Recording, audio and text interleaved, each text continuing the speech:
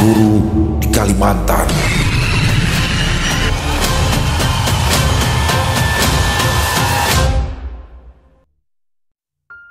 Suasana desa tujuan Kirana masih serupa dengan bertahun-tahun silam. Serba hijau, tenang, dan memanjakan mata siapapun yang pulang membawa rindu. Setelah sekian lama, Kirana akhirnya kembali ke kampung halamannya.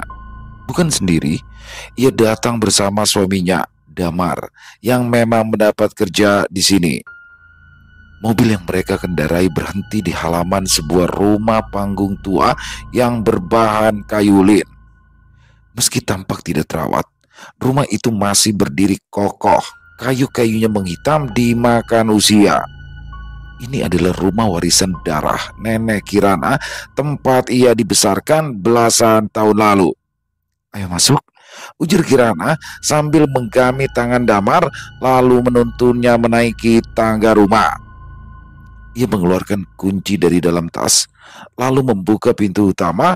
Derit engsel terdengar bersamaan dengan angin lembut yang menyentuh wajahnya. Bagian dalam rumah tidak banyak berubah. Perabot kayu tua masih berada di tempatnya meski permukaannya dilapisi debu tipis. "Sebaiknya kita istirahat dulu ya. Setelah itu baru kita bersihkan rumah ini pelan-pelan. Kamu tunggu di sini. Aku ambil barang bawaan kita dulu," ujar Damar. Dia pun keluar. Kirana melangkah pelan ke salah satu pintu kamar. Dia berhenti tepat di depan kamar yang dulu selalu dilarang dibuka oleh neneknya. "Kamar itu mau dipakai?" tanya Damar yang baru kembali. "Oh, bukan. Kita pakai kamar yang di sebelahnya saja," saut Kirana menunjuk ke arah pintu yang lain. "Baik, buka saja dulu. Kita bersihkan bersama." Kirana membuka pintu kamar, lalu menekan saklar di dinding. Tidak ada cahaya yang menyala. "Oh, mungkin bolamnya putus. Nanti aku beli yang baru di warung ya," kata Damar seraya menaruh tas yang berisi pakaian di samping lemari. "Ini aneh. Bukannya kata kamu rumah ini sudah lama ditinggalkan? Tapi kenapa masih tampak terawat ya?" Damar memandang ke sekeliling kamar. Seingatnya, bagian depan juga hanya ditumbuhi sedikit rumput. Sama sekali tidak seperti rumah yang lama ditinggalkan. "Ada tetangga yang dibayar untuk membersihkan rumah dan halaman," saut Kirana. "Tapi dia hanya datang 1 bulan sekali. Dia juga membuka jendela dan pintu agar udara masuk ke dalam rumah supaya barang-barang di sini tidak lapuk karena lembab."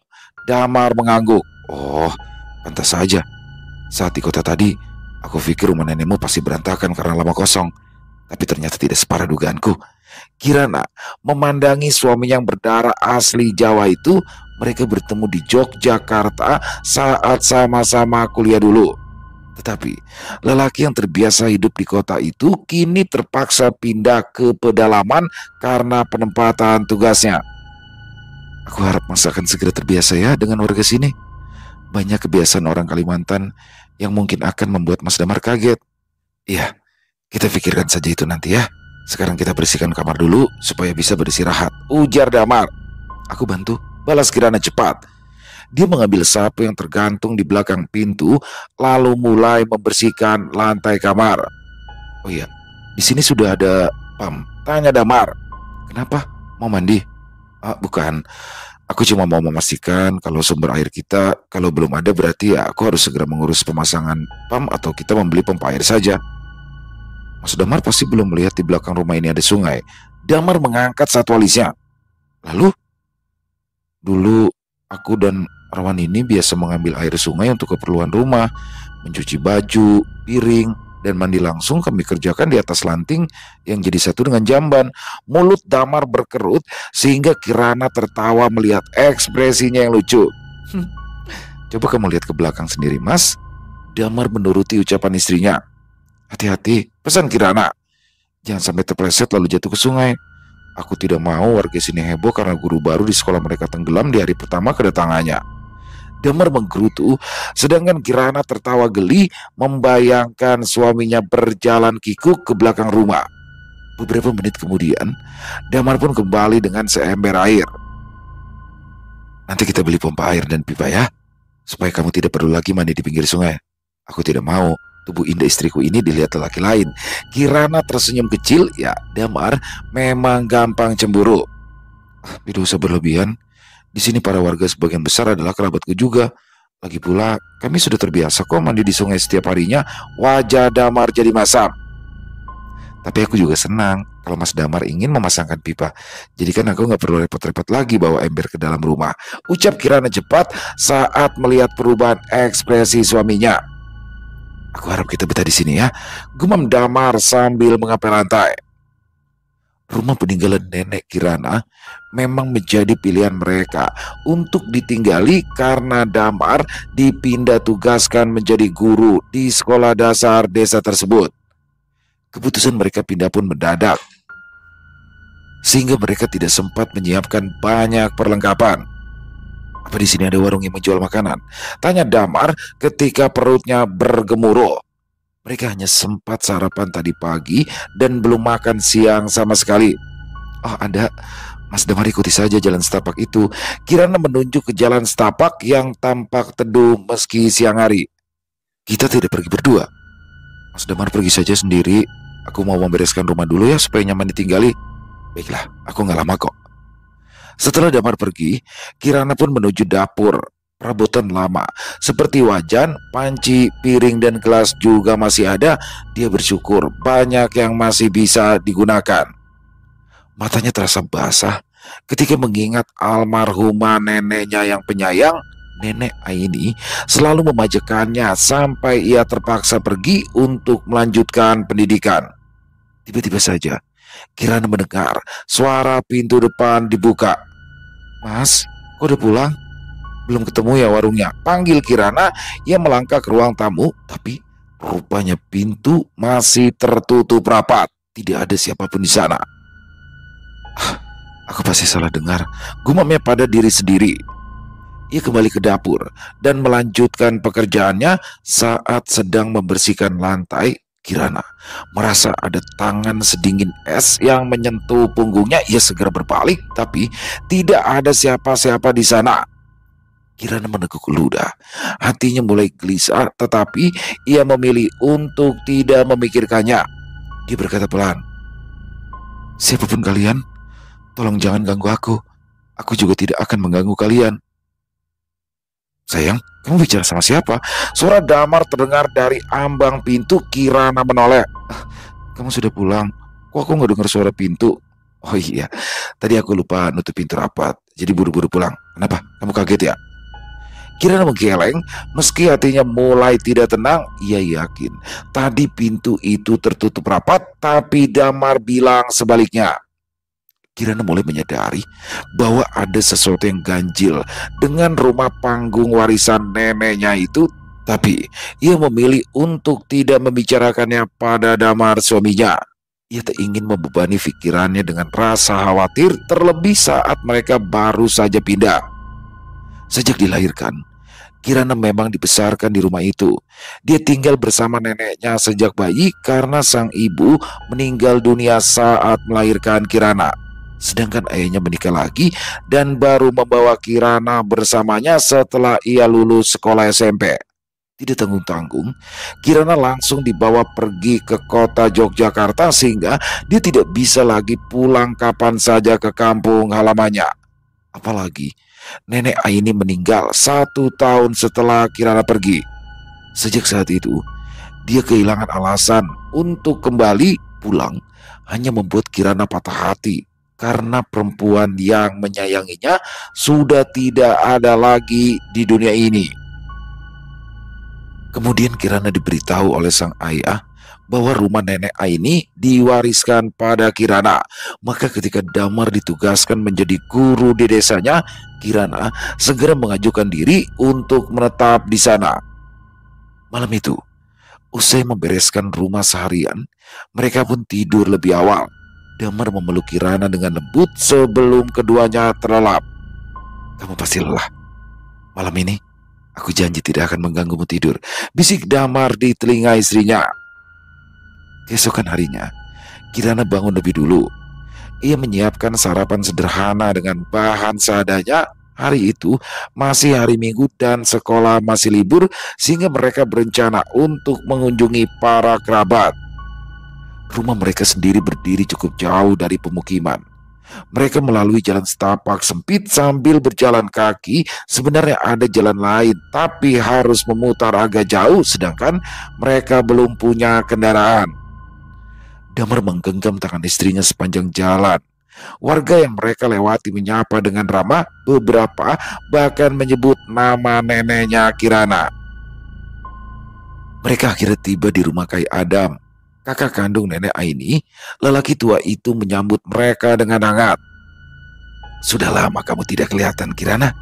Kami senang kamu bisa kembali ke sini. Dan kebetulan suamimu juga bertugas di desa ini. Ya, kami memang kekurangan tenaga pengajar di sini," ujar Kai Adam sambil tersenyum. "Terima kasih, Kai," balas Kirana sambil menunduk. Dia sulit menahan air mata ketika melihat kemiripan Kai Adam dengan almarhumah nenek Aini. Sebelum pulang, Kai Adam membekali mereka dengan sekeranjang sayur dan juga buah segar. Kirana sempat menolak, tapi lelaki tua itu bersikeras memberinya.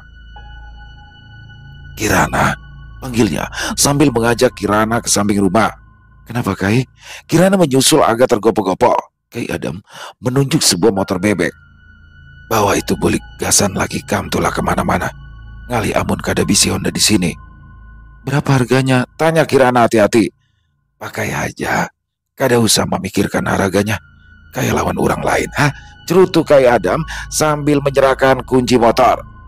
"Ikam tuh cucunya andingku, berarti Ikam cucuku jua." Kirana memeluk Kai Adam, tetapi lelaki tua itu mendorongnya karena risih. "Jangan balabian. Kalau ada apa-apa, datangi aja ke sini.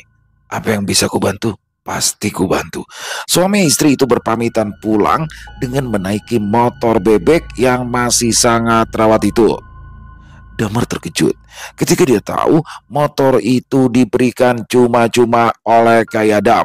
Dalam hati, dia memuji kebaikan lelaki tua yang wajahnya tampak garang itu. Setibanya di rumah, Damar pun bersiap untuk pergi ke kota membeli pompa air dan perlengkapan lain. "Kamu mau ikut?" "Tidak usah, aku mau membersihkan dapur dan merapikan buah-buahan ini." "Baiklah, tapi tetap hati-hati ya. Kita belum benar-benar tahu bagaimana kondisi desa ini." "Aku yang harusnya khawatir, karena Mas Damar kan masih orang baru. Bagaimana kalau kamu tersesat dan tidak tahu jalan pulang?" Damar tertawa mendengar ucapan istrinya yang terdengar sedikit konyol. "Aku tidak pernah tersesat." Kirana segera mengunci pintu ketika Damar berangkat ke kota. Lalu ia kembali ke dapur. Dia harus segera memasak sayur pemberian Kai Adam karena belum punya lemari pendingin untuk menyimpan sayuran segar. Setelah semuanya matang, Kirana merebahkan diri di tempat tidur untuk beristirahat sebentar.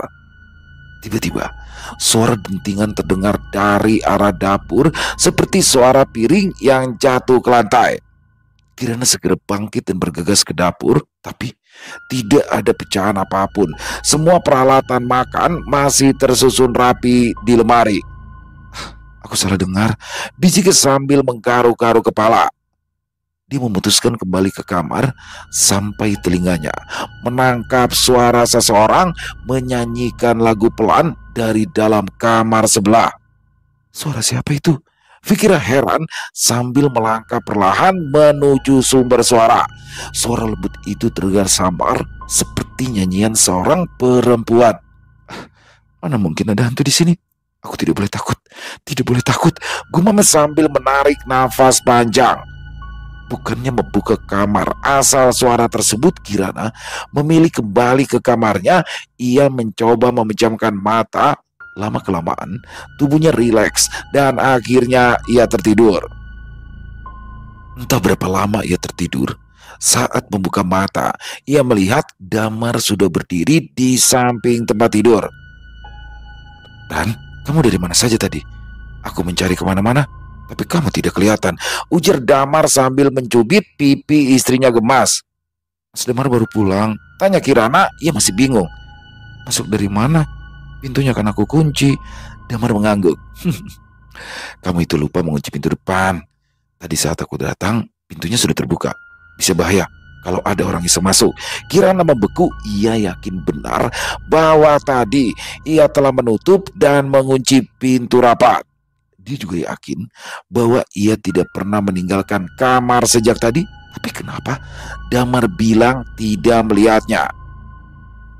Meskipun sudah beberapa kali mengalami kejadian ganjil, Kirana belum juga menceritakannya kepada Damar.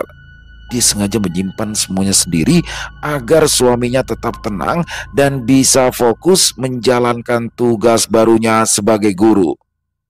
Keesokan harinya, rumah panggung mereka menjadi ramai. Ya, Kai Adam datang bersama beberapa sepupu lelaki Kirana. Mereka datang untuk mengecat dinding luar, membersihkan pekarangan, serta memasang mesin pompa air dari sumur ke dapur dan kamar mandi. Semua itu mereka lakukan tanpa meminta imbalan.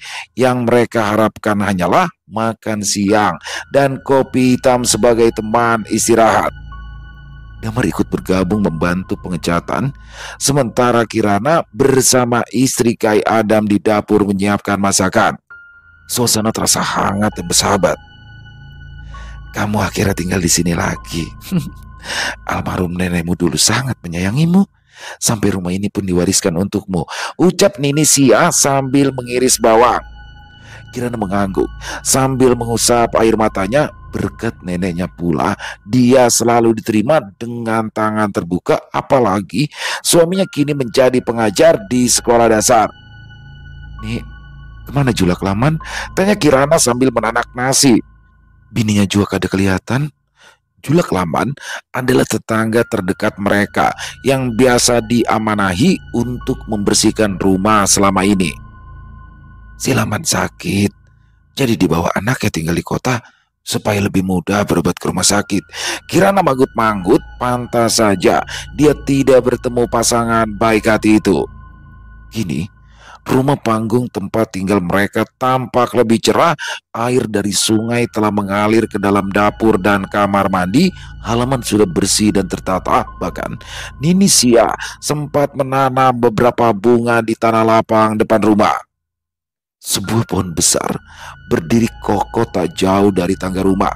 Dulu, ia sering bermain ayunan di sana, bahkan bekas simpul tali masih terlihat di salah satu dahannya. Ada apa? Dari tadi kamu melihat pohon itu terus? Tanya Damar yang baru selesai membasuh tangan. Tidak apa-apa. Aku hanya ingat masa kecil. Dulu aku sering main ayunan di pohon itu. Kalau begitu, nanti aku buatkan ayunan baru ya.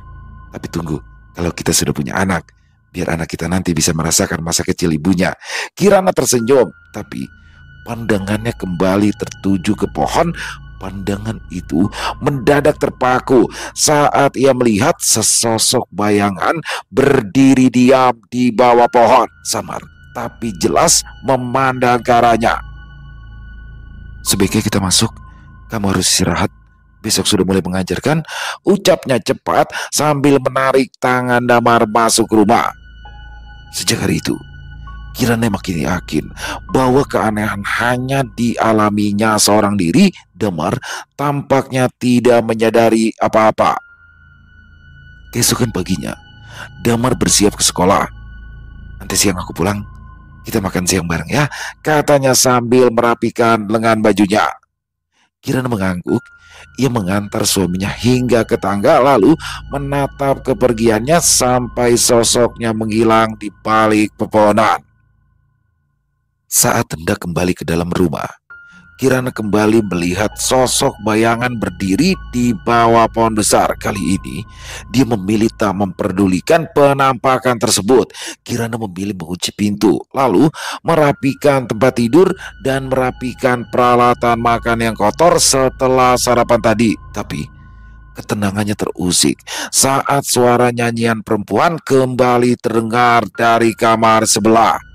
Tanpa pikir panjang, Kirana meletakkan pisau dan melangkah cepat ke pintu kamar sebelah. Dia memukul daun pintu dengan keras. Jangan ganggu aku. Berisik, serunya keras. Suara nyanyian itu terhenti, tapi kini suara barang jatuh terdengar dari dalam kamar.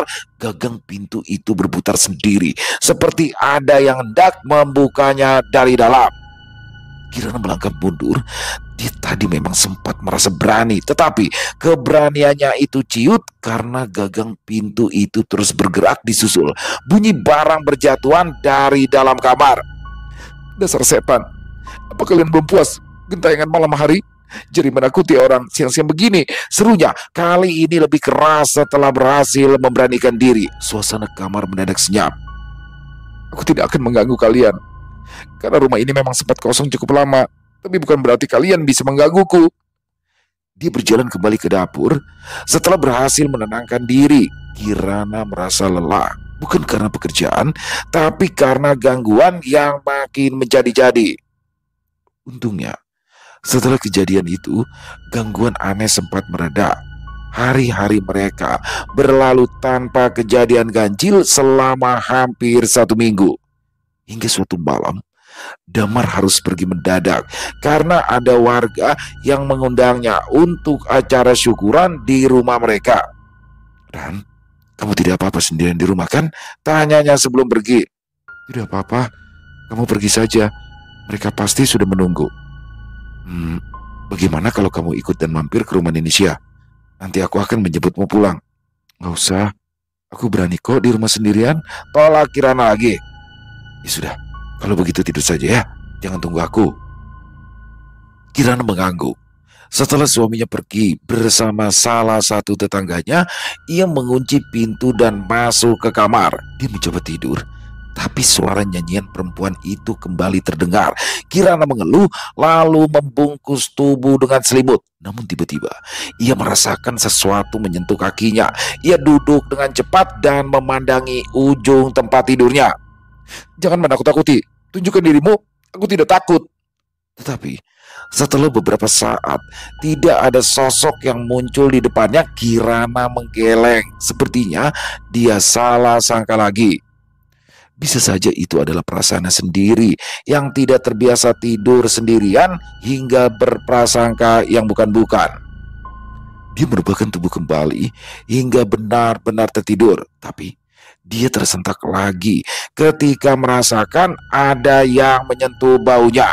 Kirana membuka mata dengan cepat. Damar duduk di tepi ranjang menatap cemas ke wajah istrinya. Kirana, kamu kenapa? Mimpi buruk ya? Tanyanya lembut. Mimpi? Ulangnya pelan. Maaf, aku baru pulang tengah malam seperti ini. Kamu pasti takut karena sendirian ya di sini. Bukannya Mas Damar baru berangkat? Oh, maksudmu apa ya? Aku pergi itu hampir 4 jam loh. Sekarang itu sudah lewat jam 2 pagi. Kirana tertegun. Dia merasa baru beberapa menit saja ditinggal, tapi ternyata waktu telah melompat dengan jauh. Semua terasa kabur dan tidak masuk akal. Sudah, ayo kita tidur lagi, ajak Damar sambil menarik selimut. Dia memeluk istrinya yang masih terpaku diam. Pagi harinya, Kirana sudah menetapkan niat. Dia harus membuka kamar sebelah, ruangan yang selama ini terkunci rapat dan menjadi sumber suara-suara aneh. Setelah Damar pergi ke sekolah, Kirana mengambil kunci yang diwariskan neneknya. Ia berdiri di depan pintu kamar sebelah. Tangannya sempat ragu, tapi akhirnya menyelipkan kunci dan memutarnya perlahan. Ceklek. Begitu terbuka, aroma debu dan udara lembab menyambut. Sepertinya Julak Laman juga tidak pernah membuka kamar ini. Di kamar ini sama sekali tidak ada pencahayaan. Kontak lampu pun tidak ditemukan. Ia menyalakan senter dari ponsel dan mulai melangkah masuk. Kamar itu dingin dan sunyi. Di pojok ruangan terdapat ranjang kayu dengan kelambu putih yang menjuntai. Dia tertegun sejenak saat sadar jika ranjang tersebut adalah tempat tidurnya semasa kecil sebelum diajak tidur sekamar dengan neneknya. Pandangannya tertarik pada sebuah gambar di dinding. Ia mengarahkan senter ke sana dan sontak membeku. Ini siapa? Bisiknya. Wajah lelaki dalam gambar itu terasa lekat di ingatan Kirana. Hanya saja dia tidak bisa mengingatnya dengan jelas. Sepertinya ini aku yang menggambarnya. Tapi ini siapa ya? Kirana memutar senter ponsel dan melihat meja kecil di sudut ruangan. Di atasnya terdapat sebuah kotak kayu dengan ukiran rumit. Kotak itu terlihat istimewa. Setelah ragu beberapa detik, Kirana meletakkan ponselnya dan membuka tutup kotak tersebut. Namun, saat tangannya menyentuh tutupnya, hembusan angin kencang tiba-tiba memenuhi ruangan. Angin tersebut berputar dan menyambar seluruh penjuru kamar. Suara gemuruh aneh menggema di antara dinding kayu. Kirana merasakan tubuhnya ditarik kuat dari belakang. Saat dia menoleh, sosok perempuan berjubah putih telah berdiri tepat di depannya. Wajahnya pucat, rambutnya tergerai panjang, dan matanya memancarkan kebencian. Kirana terdiam, menatap balik sosok itu. Sebuah kenangan masa kecil muncul di benaknya. Dulu, dia bisa melihat hal-hal semacam ini. Ia menyangka kemampuannya itu telah hilang sejak ia tinggal di kota. Tapi rupanya rumah ini membangkitkannya kembali.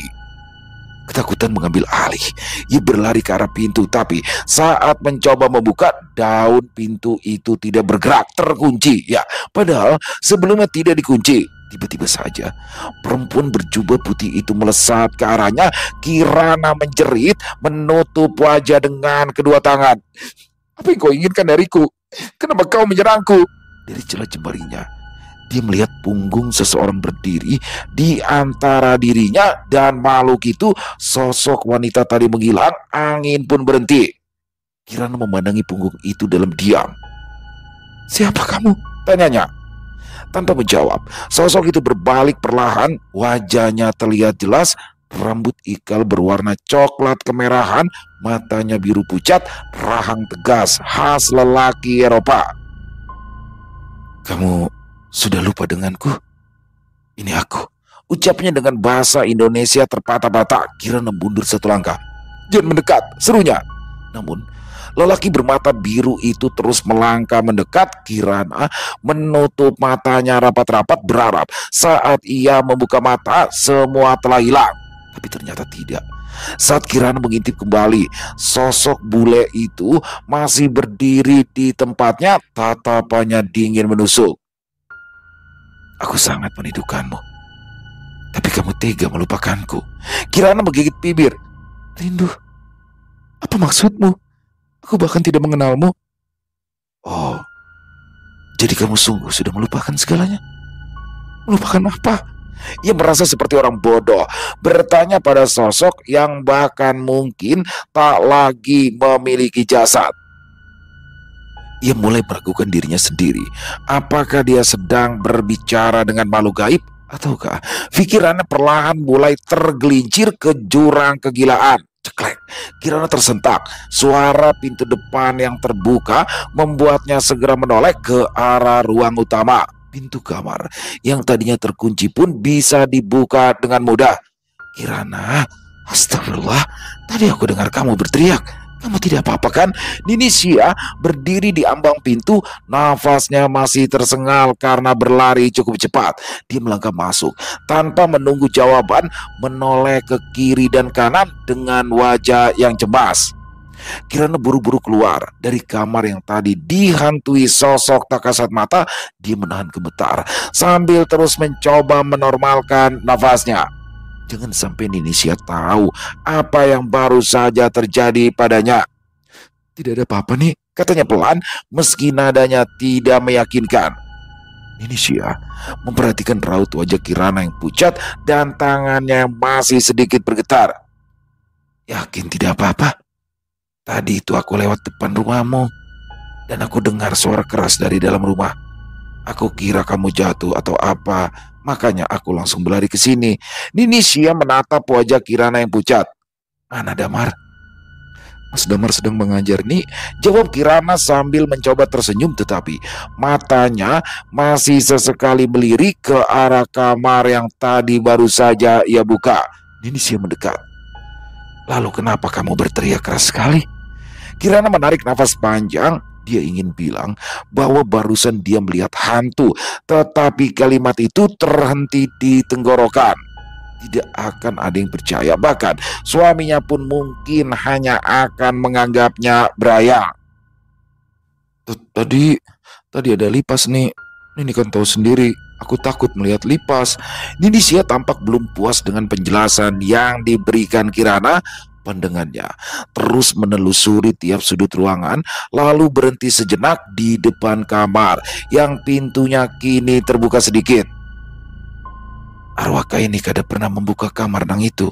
Kirana menelan ludah. Iya, saya yang buka tadi mau lihat-lihat isinya. Ninisia memandang Kirana dengan tatapan rumit. Kamu tahu kan, kalau kamar ini tidak pernah dibuka sejak kamu kecil? Kirana tidak bisa menjawab lagi. Dia hanya menunduk sambil menggigit bibir. Tapi ya sudahlah, ini memang sudah menjadi rumahmu. Kamu berhak melakukan apa saja di sini, kata Ninisia mengalah.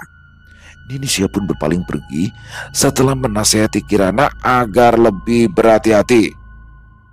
Aku harap Laman cepat pulang dari kota, supaya kamu tidak kesepian lagi tinggal di sini ya, ucapnya sambil turun dari rumah Kirana.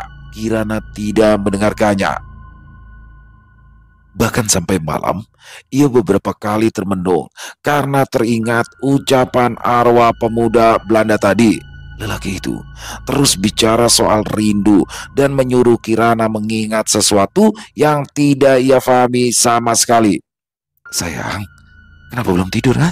Tanya Damar yang baru saja memeluknya dari belakang. Aku belum mengantuk, jawab Kirana singkat. Damar menatapnya dan tersenyum kecil. Kirana tahu betul arti senyuman itu. Dia memahami benar kewajibannya sebagai seorang istri. Tetapi jauh di dalam hati kecilnya, Kirana tiba-tiba diliputi ketakutan. Dia cemas jika arwah Belanda itu mendadak muncul saat ia dan suaminya tengah bersama. Hantu itu bisa muncul kapan saja.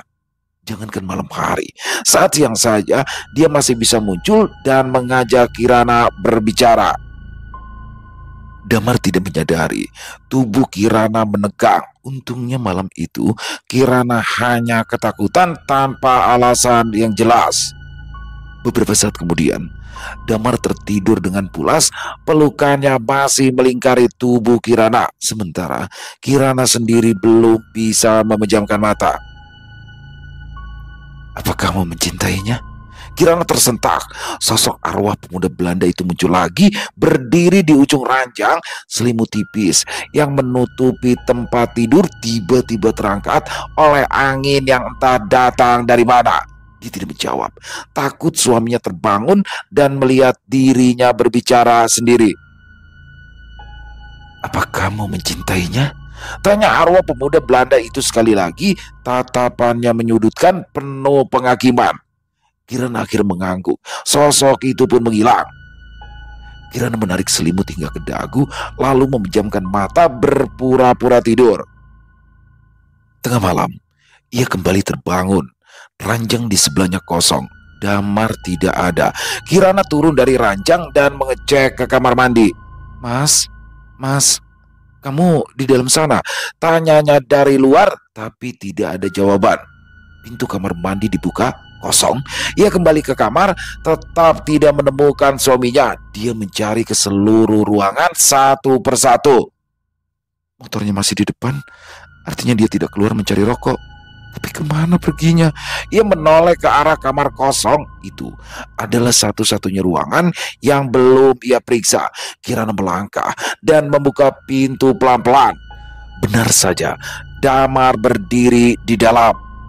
Mas Damar, kamu sedang apa di sini? Tanyanya cemas. Aku mendengar suara dari dalam. Jadi aku penasaran dan masuk untuk mencari tahu. Suara seperti apa? Damar tidak menjelaskan lebih lanjut. Dia meraih tangan Kirana dan mengajaknya keluar kamar. Sudah, jangan dipikirkan lagi. Sepertinya tadi aku hanya salah dengar. Mereka pun kembali ke kamar utama. Apa kamu takut? Tanya Damar sambil membelai rambut istrinya. Tidak, buat apa aku takut? Jawab Kirana singkat. Dia tidak ingin Damar tahu kalau sebenarnya ia sangat takut kehilangan suaminya. Begitu tahu dia bisa berkomunikasi dengan makhluk halus. Damar memeluknya erat. Syukurlah, aku jadi tenang meninggalkanmu sendirian saat aku mengajar. Pagi harinya, Kirana kembali terbangun seorang diri ketika keluar. Dia menemukan Damar sedang memasak nasi goreng di dapur. Tumben, kamu masak sendiri pagi-pagi, ucap Kirana sambil tersenyum saat mencium aroma masakan yang menggoda. Sekali-kali gantian dong, kamu pasti bosan kan? Tiap hari harus masak, jawab Damar. Ya, apalagi di sini jauh dari kota, kalau mau makan enak, ya harus rajin-rajin masak sendiri. Kirana mencubit pinggang suaminya. Maksud Mas Damar masakan gue gak enak. Damar tertawa kecil. Yaudah, cepet mandi sana. Sebentar lagi sarapan udah siap. Setelah sarapan bersama, Damar bersiap untuk mengajar lagi. Besok-besok kamu ikut ke sekolah mau? Ajaknya. Kenapa? Sekolah ini masih kekurangan guru. Mungkin kamu bisa bantu mengajar sebagai guru honorer. Ya gajinya memang gak banyak sih. Ya tapi setidaknya kamu ada aktivitas. Terang Damar panjang lebar. Aku pikir-pikir dulu ya mas. Kamu kan tahu sendiri, aku sering gugup kalau bicara di depan banyak orang. Damar mengangguk faham lalu berhenti di depan kamar kosong. Oh iya, nanti sore aku beli lampu dan kabel ya. Kamar ini gelap sekali. Kalau kelamaan dibiarkan bisa jadi sarang hantu kuntilanak. Kirana tertawa hambar. Dia tidak yakin apakah lampu yang akan dipasang suaminya nanti bisa bertahan cukup lama. Damar mencium keningnya kemudian berpamitan. Begitu suaminya pergi, Kirana bergegas mengambil ponsel lalu masuk ke dalam kamar kosong tersebut. Dia menyalakan senter dan mengarahkan cahayanya ke meja di sudut ruangan. Kotak kayu itu masih tergeletak di sana, tak bergeser sedikit pun. Mungkin saja ada jawaban untuk masalahku dalam kotak ini, pikirnya. Ia mendekat, kemudian duduk di depan meja, tangannya gemetar. Ketika meraih kotak dengan jantung berdebar, Kirana membuka penutupnya. Saat melihat isinya, matanya melebar. Mustahil. Setelah membuka kotak kayu itu, Kirana menatap benda-benda di dalamnya tanpa berkedip. Di atas tumpukan kain putih usang terdapat sebuah foto lawas yang terselip rapi dalam bingkai kuno berwarna perak kusam. Dia mengangkatnya perlahan. Wajah di dalam foto itu langsung membuat nafas Kirana tercekat. Bukannya ini foto lelaki itu? Gumamnya pelan. Pemuda berwajah tampan dengan rambut kecoklatan dan mata biru menatap lurus ke depan, senyumannya samar penuh kesedihan. Tepat di bawah foto tersebut ada sebuah cermin kecil berbentuk oval, bingkainya terbuat dari logam dengan ukiran dedaunan yang sudah terkelupas di beberapa bagian. Cermin itu tidak memantulkan bayangan ruangan, hanya cahaya remang dari senter ponsel Kirana. Karena penasaran, Kirana mengangkat cermin dan menatap permukaannya. Ini pasti terbuat dari kuningan, pikirnya. Saat jari telunjuk Kirana menyentuh sisi kaca cermin, sesuatu yang tidak masuk akal terjadi. Pandangan Kirana tiba-tiba saja berputar, cahaya dari senter menjadi bergelombang, disusul hawa dingin merambat dari ujung jarinya ke seluruh tubuh. Seketika Kirana merasa tubuhnya tertarik ke dalam pusaran angin, udara di sekitarnya menjadi pekat, kemudian semuanya gelap. Kirana membuka matanya dalam keadaan setengah gemetar. Dia mendapati dirinya berdiri di sebuah tempat yang asing, sebuah taman dengan langit kelabu dan pohon-pohon tinggi menjulang. Tanah di bawah kakinya berbatu dan rerumputan menggeliat seperti kabut yang hidup. Di mana ini? Langkahnya goyah, tapi sebelum sempat bergerak lebih jauh, seseorang muncul di hadapannya. Lelaki itu berjalan perlahan. Rambutnya ikal, matanya biru terang. Ia mengenakan kemeja putih dan celana hitam. Wajahnya tenang, tapi matanya sendu seperti menyimpan kerinduan yang mendalam. Kirana mundur selangkah, dadanya berdebar kencang. Jangan takut, aku tidak akan pernah menyakitimu, ucap lelaki itu sambil mengulurkan tangan. Tak mengapa, Tubuh Kirana melangkah sendiri saat tangannya menyentuh telapak lelaki itu. Hawa hangat menjalar seketika. Akhirnya kamu datang juga. Setelah bertahun-tahun kita terpisah. Maksudmu apa? Tanya Kirana lirik. Lelaki itu menatapnya lekat-lekat. Ah, kamu masih lupa. Aku Hans. Kita sering bermain bersama dulu di halaman belakang rumah nenekmu. Kamu adalah satu-satunya manusia yang bisa melihatku. Kirana terdiam. Sebuah kenangan lama mulai merayap dari dasar ingatannya tentang seorang anak laki-laki berambut coklat yang dulu sering menemaninya. Teman bermain yang tak pernah dilihat orang lain. Hans, kamu Hans? Suaranya bergetar saat menyebut nama Hans. Dia mengangguk. Terima kasih karena masih bersedia menemuiku. Aku harap kamu bersedia menolongku. Satu kali lagi, tangan Hans bergerak pelan menyentuh dahi Kirana tepat di antara dua alisnya. Mendadak, cahaya di sekeliling mereka pecah seperti kaca luruh menjadi kepingan-kepingan samar yang melayang ringan seolah waktu juga ikut runtuh. Kirana tersentak. Dia mendapati dirinya terduduk di lantai yang kotor. Di depannya ada kotak kayu yang sudah terbuka.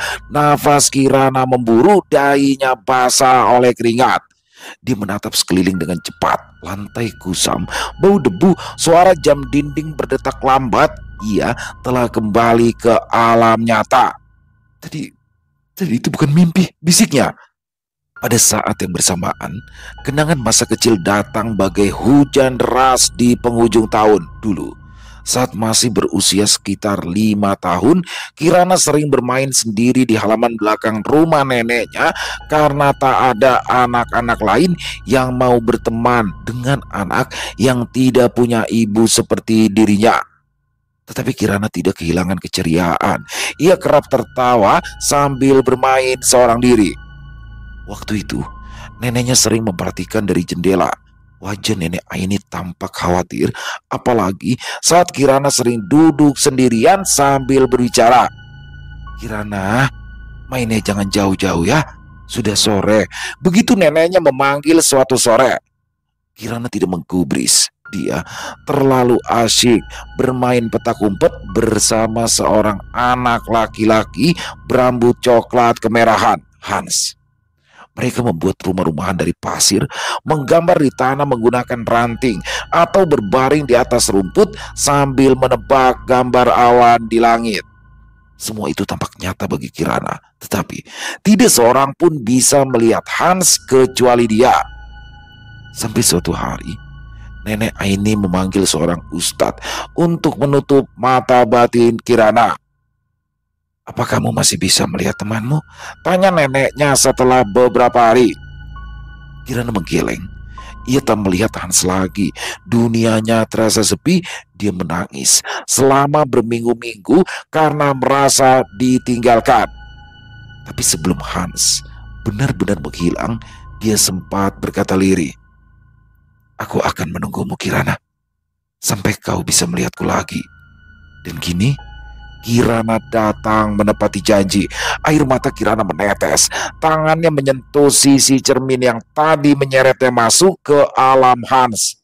Tapi benda itu kini hanya memantulkan bayangan wajahnya yang pucat. Hans, maaf. Sudah membuatmu menunggu sekian lama. Begitu Damar pulang dari sekolah, Kirana tak mau lagi membuang waktu. Mas, temani aku ke belakang. Ada sesuatu yang ingin aku cari, katanya sambil menyeret tangan Damar tanpa memberinya kesempatan untuk menolak.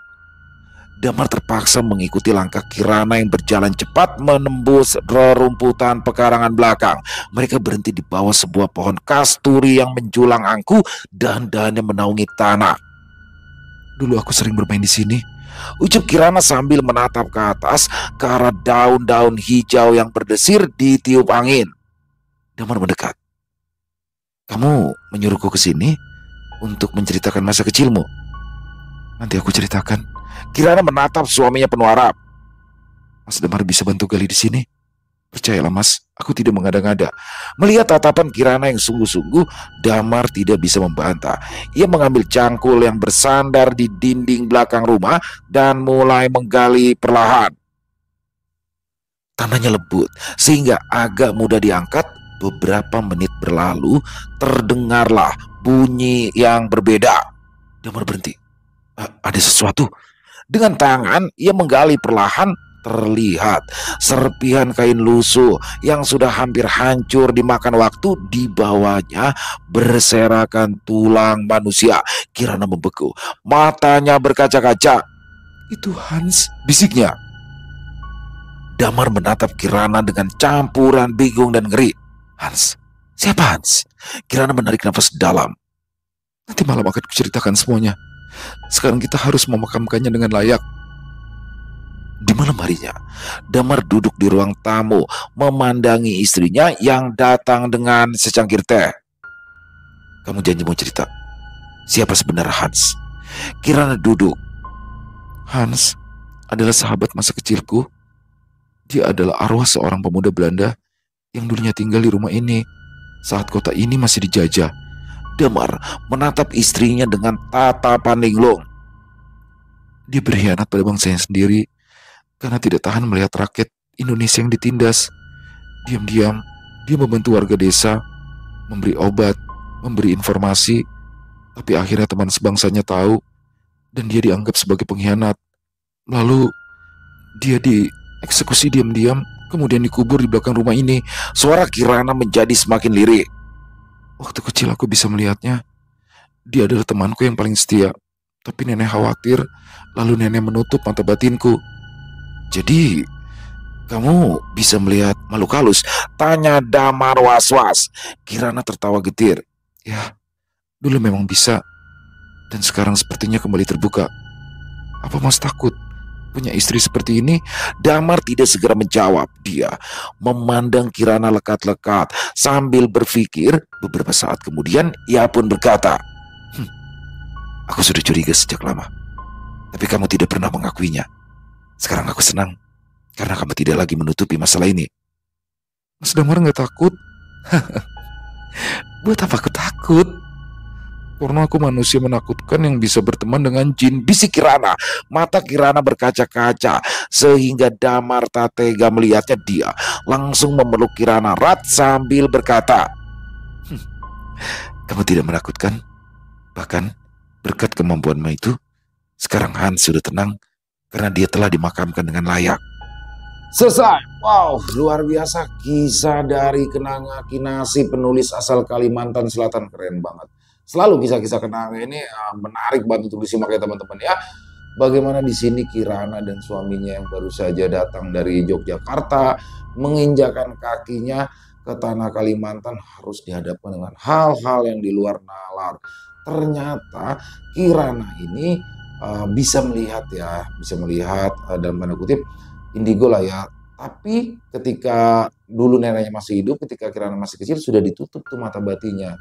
Nah anehnya ketika dia kembali dari tanah Jogja ke tanah Kalimantan, ke kampung halamannya, di sini kebuka lagi sehingga pada akhirnya dia bisa bertemu lagi dengan Hans. Waduh, hantu yang merupakan orang Belanda ya, yang dulu menjadi teman masa kecil Kirana. Karena Kirana dijauhi sama teman-temannya, akhirnya Kirana di situ bermain bersama Hans. Dan di sini ketika Kirana sudah dewasa, Hans datang kembali. Tadinya saya pikir Hans bakalan cemburu nih sama suaminya nih. Ternyata enggak ya. Hans enggak ada rasa cemburu sama Damar. Justru di sini Hans meminta untuk Kirana melakukan sesuatu yang mana ternyata Hans itu dikuburkan di dekat rumah Kirana di bawah pohon mangga. Yang mana dulunya Hans ini ternyata orang Belanda pada masa penjajahan, tapi dia membelot, dia kayak bantu warga sekitar di situ. Pada akhirnya dia dieksekusi oleh teman-temannya karena dianggap pengkhianat. Wah, keren banget. Terima kasih Kenanga Kinasih atas kisahnya yang luar biasa. Ditunggu lagi untuk kisah-kisah selanjutnya. Semoga kisah barusan bisa menghibur teman-teman semua ya, para pecinta penikmat horor misteri, terutama kepada para subscriber dari channel Elo Bercerita. Buat yang punya komentar lain silakan bisa menuliskan di dalam kolom komentar. Buat yang suka dengan videonya bisa diklik tombol like atau tombol jempol, boleh juga dibantu di share ya link videonya ini ke teman-teman yang lain agar juga ikut merasa terhibur. Dan buat teman-teman yang mungkin belum subscribe channel Ilo Bercerita, yuk bisa diklik dulu tombol subscribe-nya, jangan lupa lonceng notifikasinya dinyalakan agar teman-teman selalu mendapatkan notifikasi dari konten-konten yang akan kami upload selanjutnya. Dan untuk channel Ilo Bercerita ini kami upload setiap hari teman-teman ya, setiap malam jam 9 malam waktu Indonesia bagian Barat. Di akhir kata, saya Ilo mengucapkan permohonan maaf apabila mungkin dalam pembawaan kisahnya barusan ada kata-kata saya yang salah, ataupun ada kata-kata saya mungkin yang kurang berkenan. Saya mohon dibukakan pintu maaf yang seluas-luasnya. Sampai berjumpa lagi di konten-konten kami selanjutnya yang pasti tidak kalah serunya, yang pasti tidak kalah horornya. Masih bersama saya Ilo di channel Ilo Bercerita. Salam sehat, sukses selalu untuk kita semua. Wassalamualaikum warahmatullahi wabarakatuh.